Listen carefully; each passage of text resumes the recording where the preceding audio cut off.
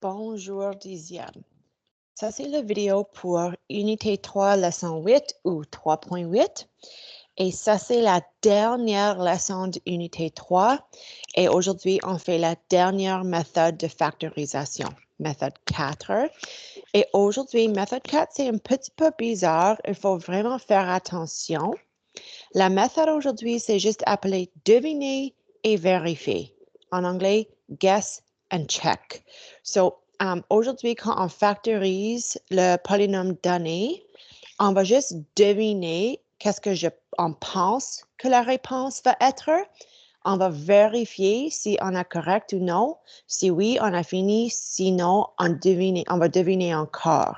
So c'est un petit peu bizarre. I'll explain further and I'll give you some steps and tricks to kind of make it a bit easier for you. So, aujourd'hui, chaque polynôme donné va être un trinôme. OK? So, juste comme méthode 3, ça va être un trinôme de la forme ax carré plus bx plus c. So, le premier terme va être un terme au carré, et le terme au milieu va avoir juste une x ou n'importe quelle variable, et le numéro à la fin va être un c, un terme constant. Hier, on a fait les trinômes, ou je m'excuse, méthode 7, on a fait les, méthode 7, leçon 7, je m'excuse, méthode 3, on a fait les trinômes aussi, mais c'était où A était toujours égal à 1. OK? Aujourd'hui, la différence, c'est qu'on va avoir un numéro, sauf que 1 en avant le x carré, qu'on ne peut pas enlever. OK? So, j'allais faire un petit rappel de méthode 3 qu'on a fait dans leçon 7, ici. So, ça, c'est un petit rappel de méthode 3 qu'on a fait dans leçon 7.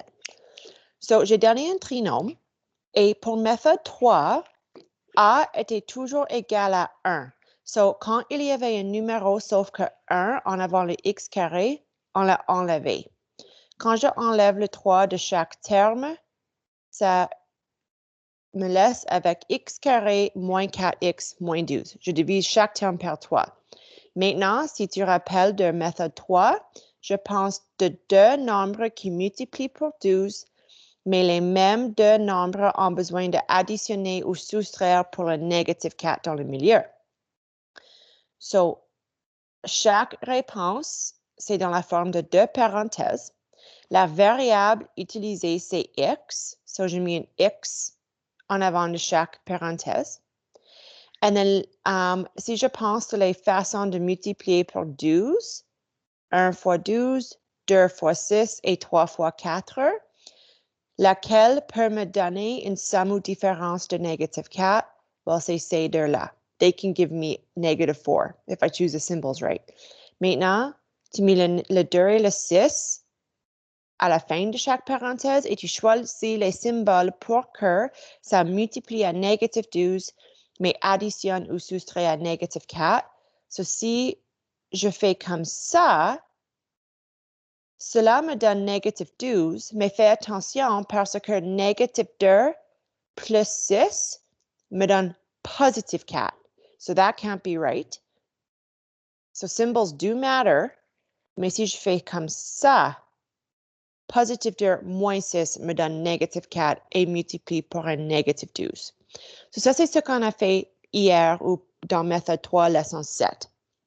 Aujourd'hui, chaque question, c'est aussi un trinôme. Oops, I always do that. C'est aussi un trinôme, mais le terme en avant, le g carré ou le x carré, whatever it is, c'est pas une 1 et on ne peut pas enlever ce 3. OK? So, dans l'occasion ici, j'étais capable d'enlever le 3 parce qu'il y avait un 3 en commun à chaque terme. Right? Dans cette question ici, je ne peux pas enlever ce 3 parce que je ne peux pas diviser 19 ni 28 par 3. So, it's stuck there. And when it's stuck there, that's when it's method 4. Deviner et vérifier. So, pour méthode 4, ça c'est ce qu'on fait. This is when you start really listening. If I can figure this out. Oh, God, this stupid thing. OK, je m'excuse. So, La réponse pour aujourd'hui, c'est aussi dans deux parenthèses toujours. OK. Ce qu'on fait pour étape numéro 1, and I'm going to write your steps out. Étape numéro 1, devinez, this is where the guessing already starts, devinez deux nombres qui multiplient pour le premier terme. OK. So, le premier terme ici, c'est 3G carré. That's the first term. So, il faut penser d'une façon de multiplier pour 3. Well, there's really no guessing here parce qu'il y a seulement une façon de multiplier pour 3, right? 1 fois 3. OK? So, 1 fois 3. So, there's, I guess, no guessing in this step. Mais aussi, je veux que ces deux termes multiplient pour 3G carré. For that to happen, chacun a besoin d'un G. So voilà, 1G fois 3G me donne le premier terme, 3G carré. Maintenant, je continue au dernier terme. Même chose. Devinez deux nombres qui multiplient pour le dernier terme. C'est le dernier terme. OK. So, le dernier terme ici, c'est 28. So, il y a plusieurs façons de multiplier pour 28. I'm going to do those right here. 28. 1 fois 28, 2 fois 14 et 4 fois 7. Voilà. So, ça c'est où il faut juste deviner parce qu'il y a 3 options. Now, some tricks here. Typiquement, c'est pas celui-ci. It's not the one that contains the 1. OK? Souvent, c'est une des autres options.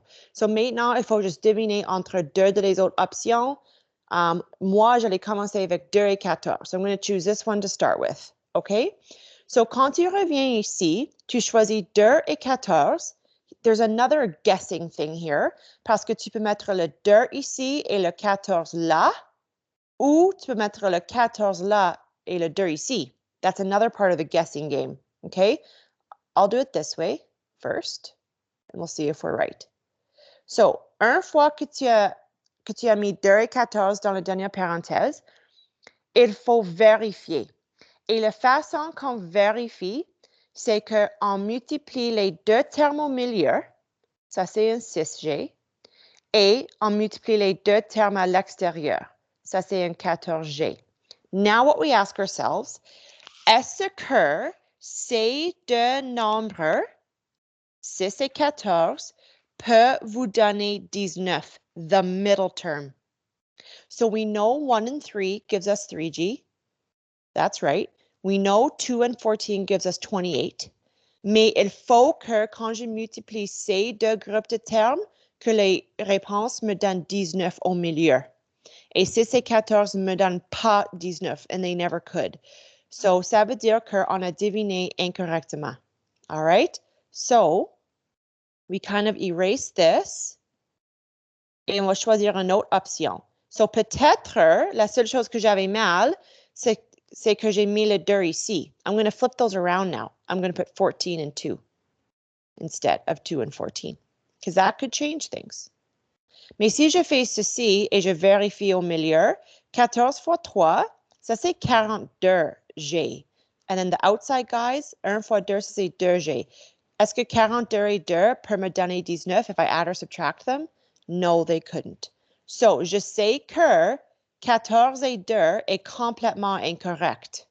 I chose the wrong group off the bat. So, maintenant, je reviens ici. Je dis, OK, 2 et 14, c'est pas l'option non plus. Et je recommence avec 4 et 7. So, même chose ici. Quand tu mets 4 et 7 dans les parenthèses, tu peux mettre 4 and then 7 ou 7 and then 4. I'll just go 7, 4. Si je fais 7, 4 et je vérifie, 7 fois 3 c'est 21G et 1 fois 4, c'est 4G. And you can do this step in your head if you want. 3 and 7 is 21. 1 and 4 is 4. Could 21 and 4 ever make 19? They sure couldn't. So efface, efface, efface. Okay, so to save yourself a lot of erasing, you can do this step in your head. So maintenant, j'allais peut-être essayer 4 and 7. What did I just have there? I had 7 and 4. So I'm going to do 4 and then 7. Okay, let's see. 4 fois 3, c'est 12G. 1 fois 7, c'est 7G. Est-ce que 12 et 7 peuvent me donner un 19? Yes, they could. So maintenant, il faut déterminer les symboles. Tu veux que ces deux termes te donnent un négatif 19?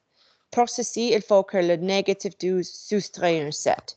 Négatif 12 moins 7, c'est négatif 19. So, parce que tu veux que ces deux termes sont négatifs, il faut mettre les deux parenthèses au négatif. Alors voilà, on a trouvé la bonne réponse finalement. 1G moins 4, 3G moins 7. OK. So, si je finis les étapes ici, la troisième étape était de multiplier les termes au milieu et les termes à l'extérieur et vérifie. OK. So, on va maintenant recommencer 4h carré plus 20h plus 9. So, on sait qu'on a besoin d'utiliser méthode 4, guess and check, parce qu'il y a le 4 ici que je ne peux pas diviser. I'm stuck with it. When you're stuck with something, it's guess and check. OK. So, on sait que c'est toujours deux parenthèses.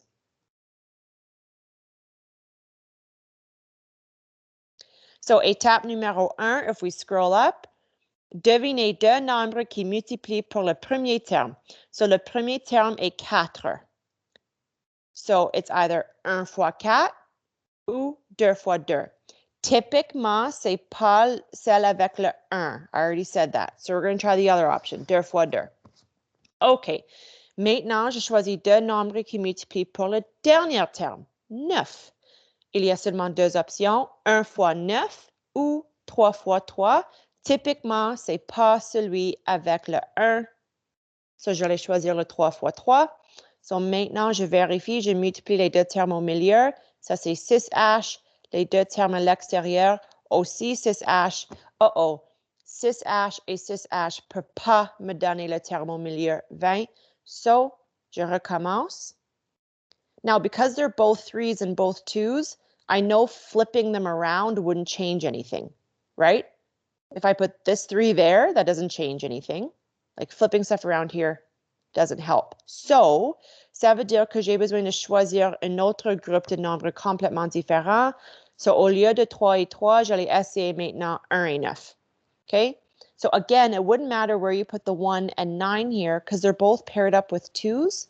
So, it's irrelevant. So, 1, 9, 9, 1 would give you the same result here. Si je multiplie 1 fois 2H, c'est 2H. 2H fois 9, c'est 18H. Est-ce que 2H et 18H peuvent me donner 20H? They sure could. So that was a quicker one. Pour que ça me donne une positive 20H au milieu, il faut que c'est une addition. Positive 2H plus 18. So parce que je veux les deux termes positifs ici, positif dans les parenthèses aussi.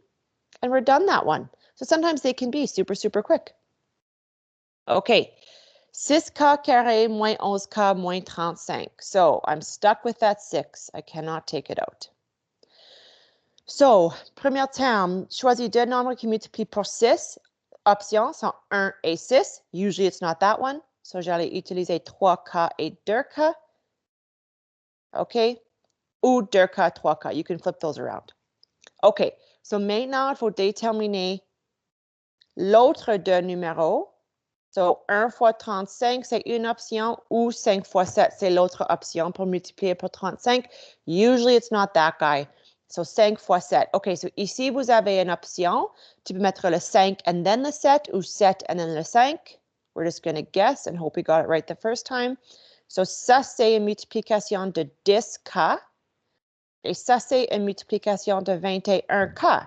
Est-ce que 10 et 21 peuvent me donner un négative 11? Yes, they can. We guessed right off the bat. Good for us. Had we had them flipped around, 7 and then the 5, it would be wrong. OK? So, je veux que ça me donne un négative 11. So, pour ça, il faut que le 10 soit positif et le 21 soit négatif. So 10 moins 21, c'est négative 11. So for your symbols, you need one of each. So tu veux que le 10 soit le terme qui est positif. So il faut mettre le 5 comme un positif. Parce que maintenant, positive 5 fois 2K, c'est positive 10.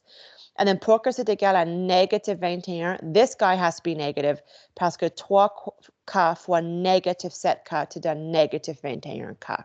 So symbols do matter here, okay? All right. 2 qui reste. All right. 6m carré moins 7m moins 10. So, premier terme, 6m. So, typiquement, c'est pas 1 et 6. J'allais essayer les deux autres, 3 et 2. OK, pour multiplier pour 10, j'ai seulement deux options. 1 fois 10 et 2 fois 5. OK, this is a special example. You need to really pay attention here. OK? I'm going to give you some tricks here of how you can eliminate some options in your guessing game. So, typiquement, c'est pas celui-là, right? So, j'allais essayer 2 et 5. Now, listen. Avec les exemples avant ça, j'ai dit que vous avez l'option de mettre le 2 and then le 5, and then ou le 5 and then le 2, right? Okay, listen.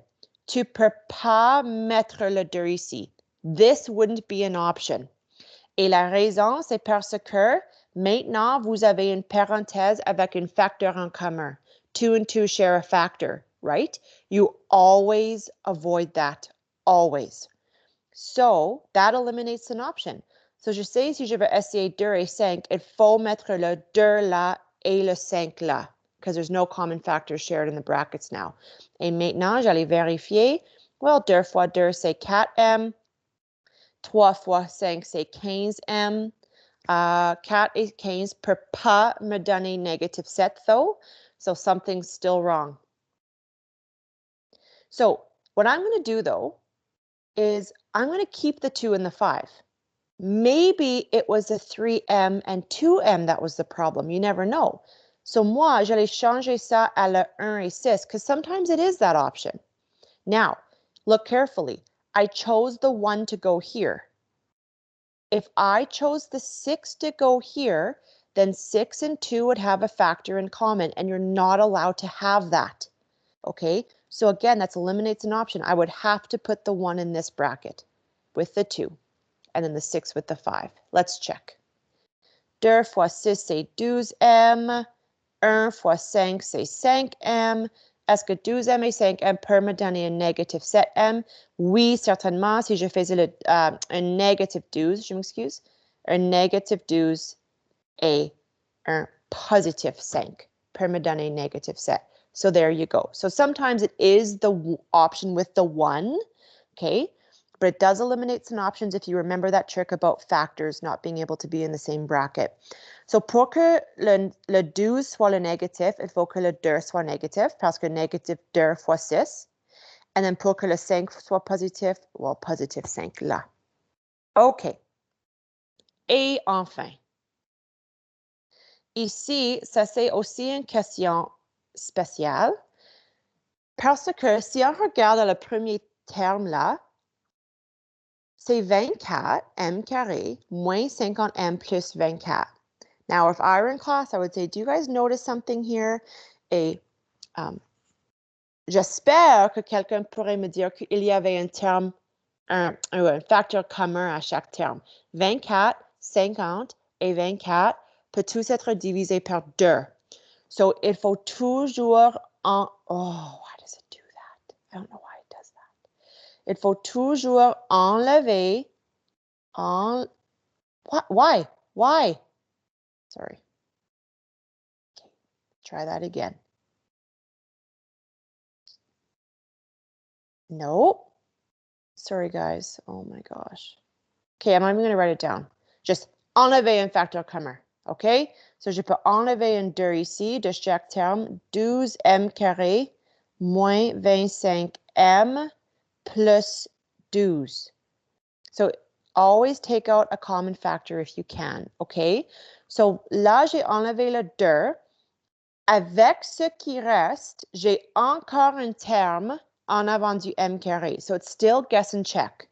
Even though I took a 2 out, I'm still left with something besides 1 in front of that m squared term. So I need to deal with it. OK. So premièrement, il faut penser de deux nombres qui multiplient par 12. So 1 fois 12, 2 fois 6 ou 3 fois 4.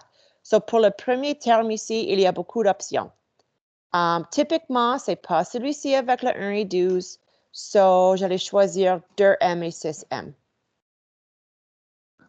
Now, je choisis deux nombres qui multiplient par le dernier terme là, qui est aussi 12. So I'm just going to use the same options here. Mais, si vous rappelez de l'autre exemple, j'ai dit que tu ne peux pas avoir un facteur commun dans les parenthèses. So, si j'ai fait comme ça, 2 et 6, well, that wouldn't work. Il y a les termes en commun, right? Même chose avec si j'ai fait de l'autre direction, 6 et 2, les termes en commun. I can't do that. Si j'ai choisi 3 et 4, I can't do that parce que 6 et 4 partagent un facteur, right? Et même de l'autre façon, si j'ai fait 4 ici, 3 là, il y a encore les facteurs en commun dans chaque parenthèse. Alors, la seule option que je n'ai pas utilisée du tableau ici, c'est 1 et 12, mais même 1 et 12 ne fonctionnent pas. Whether this way or that way, il y a quelque chose en commun avec chaque parenthèse. So, none of these options will work. Ça veut dire que 2m et 6m, that's not the one I should be picking. Because I literally couldn't put anything in with those terms. So, au lieu de 2 et 6, j'allais utiliser 3m et 4m. Maybe that will help. 3m, 4m. So, maintenant, je recommence. Si je utilise 2 et 6, je ne peux pas mettre le 6 ici. I couldn't do that. There'd be common terms, but I could flip it. Si je faisais 2 ici, or sorry. No, never mind. I couldn't do that one either. Parce que 4 et 6 partagent un terme en commun. So, c'est pas 2 et 6. Peut-être c'est 3 et 4. Si je fais 4 ici et 3 ici, voilà, finalement, j'ai choisi quelque chose qui n'y a pas de termes en commun. But let's check. Maybe it's not even right. 4 fois 4, c'est 16m. 3 fois 3, c'est 9m. Est-ce que 16 et 9 peut me donner 25? Yes, it could. So there, we got it. So pour que c'est égal à négative 25m, il faut que les deux sont négatifs. So si tu veux que les deux sont négatifs ici, les deux sont négatifs là. OK? So je sais que ça c'est un petit peu plus compliqué. But as you do more, it will get easier because you'll start learning those little tricks. OK? Et le devoir, c'est, let me just pull it up here. Le devoir, c'est page 177, 13 et 15. So seulement deux questions. So page, sorry. I'll just write that down in case, oh my God. I always got to remember to stop inking, then scroll. Now it won't let me scroll. My screen's frozen. Super. Okay, well, sorry guys, this is kind of a gong show of a video. But I'll say that again, it was page 177, 13, and 15. Okay? Sorry for my terrible video skills. Bonne chance!